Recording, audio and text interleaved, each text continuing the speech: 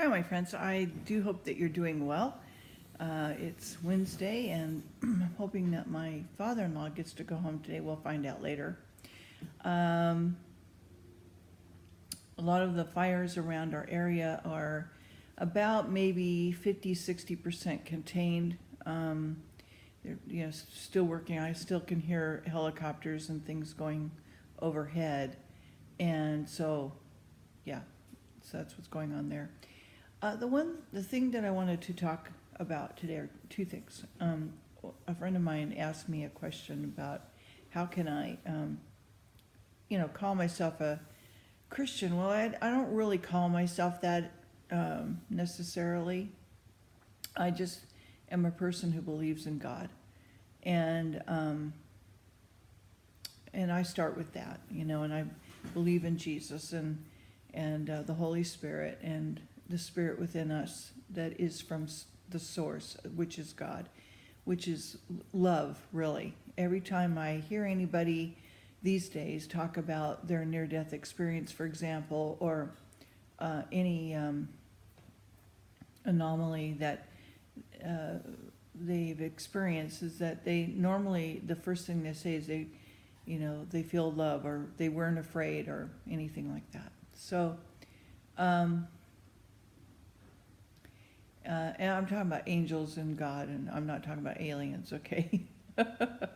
um, that's a different story. But when you are faced with a personal situation where it's interpersonal, and it's, with a toxic person in your life, whether it be a narcissist or somebody who has some sort of psychological problem,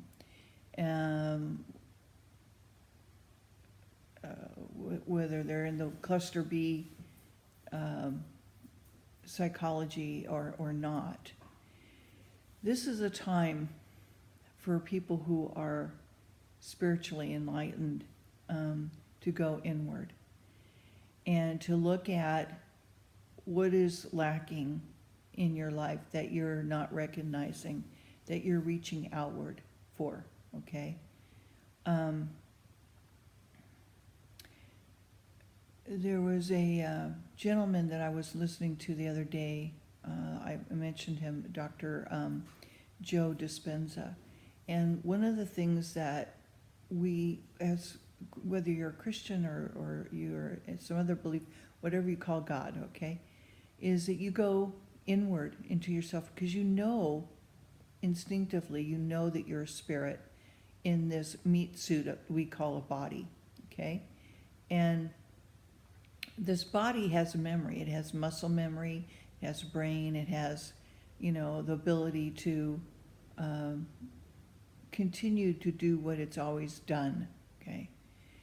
And when we need to heal ourselves inwardly, whether it be mental or physical, we need to go inward and pray or meditate on our spirit, talk to our spirit within ourselves that we know is there, that we know is us, and also activate our heart chakra, if you will, your heart center, your love that's in your heart, and be still in that time and quiet and go inward and do the work, okay, which is, go through your whole body.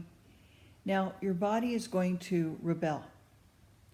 Your body is going to say, I'm cold, I'm hungry, I itch, I am hot, I need to go to the restroom, okay? And you have to tell your body, no,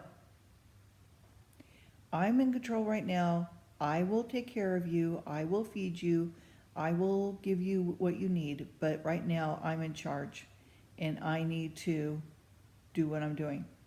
And that's it.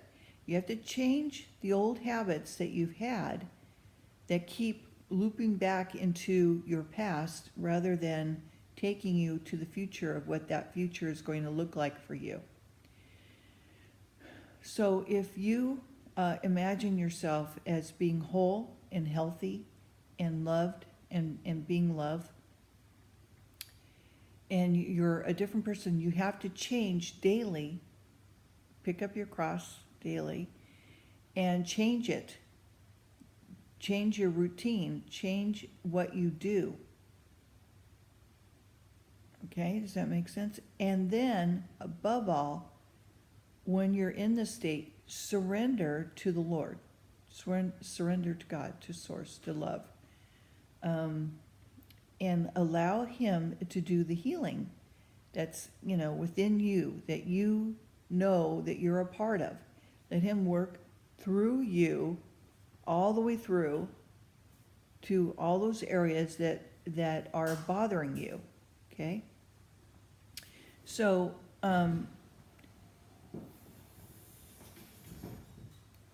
when you do that, then you change your past and you are putting yourself into the future. You're already there. You're already manifesting your future. Okay? Does that make sense? So that's what Joe Dispenza talks about, how to do that. And he gives workshops he gives workshops and online 2 or 3 day things before you go to the workshop. I think they're like 10-day workshops sometimes. So when you're there, you're doing it every day. You're with a group of people. You're listening to soft music and you're meditating, praying, whatever you want to call it. And people are being healed, okay, from this, from being able to do this. And he's got this thing that's called cage system, okay, where the person who's ill is laying down, and people surround him, about 8 people, and they go inward and think about love and think about this person being whole and so forth, and they're able to help heal this person. And I think they've gotten like 30%, healing ability. He's looking to get more, like 50% and so forth. But people have come out whole, okay? Now, it would also depend upon the person too.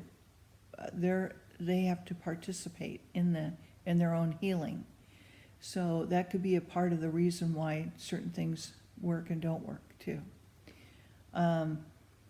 So I just think it's wonderful work, and and as somebody who believes in God and believes in the power of prayer and healing, I know that this is true, that this does happen, and I don't care what minister says, oh, you can't heal, it's not possible anymore.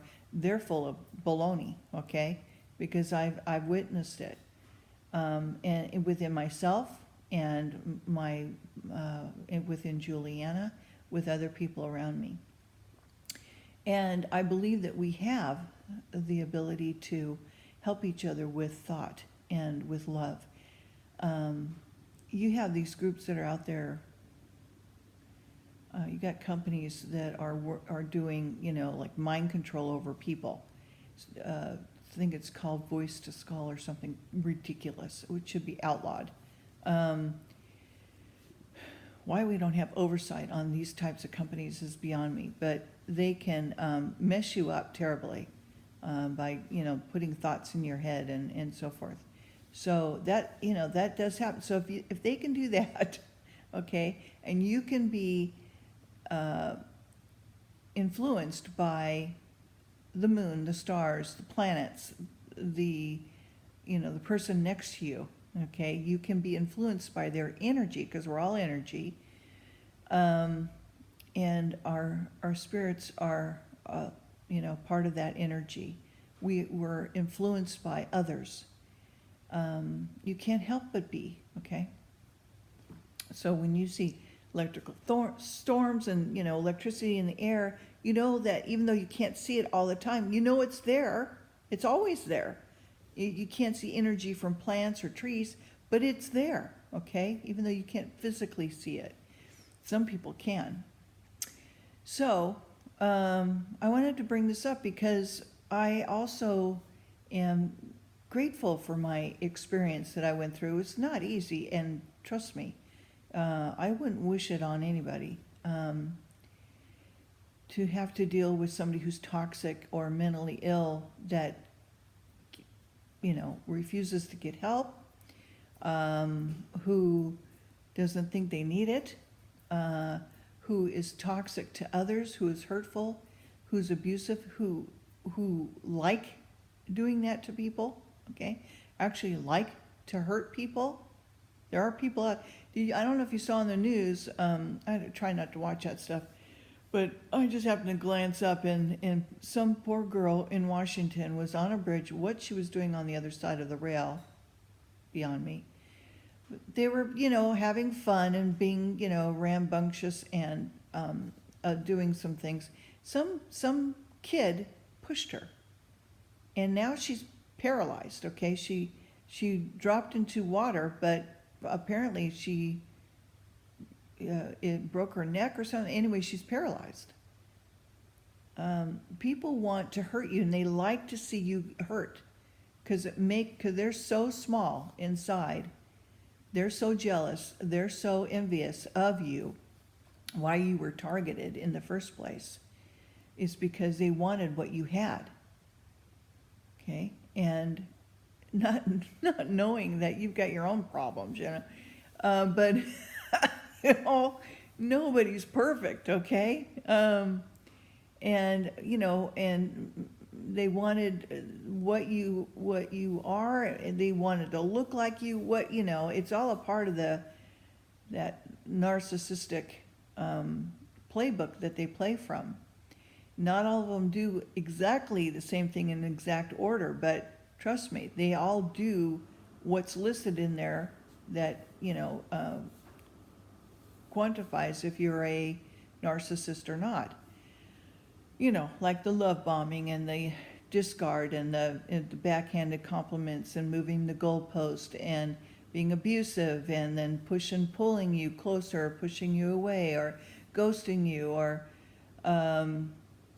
hoovering you back in, and all these names, sending their flying monkeys after you to find out what's going on, stalking you, all of these things, being abusive, rape, killing, all of these things do happen with these psychopaths, these monsters, as some people call them.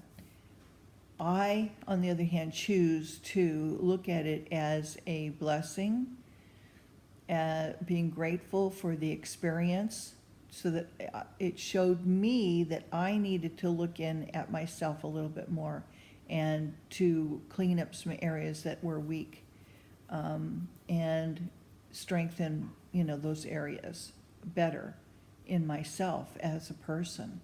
And these are lessons that we are given, and we get them in our lives. And when you get them, then that's when you need to go inward into yourself and to pray and to ask the Lord to show you what it is that you need to learn from this experience, and what you can do to make yourself better, a better person.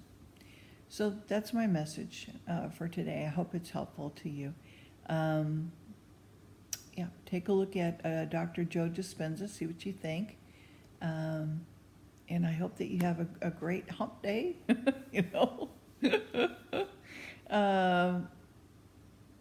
more music to come, as always, eventually, sometime this week. Try to get another song in there. And, okay, love you guys. Take care. Bye-bye.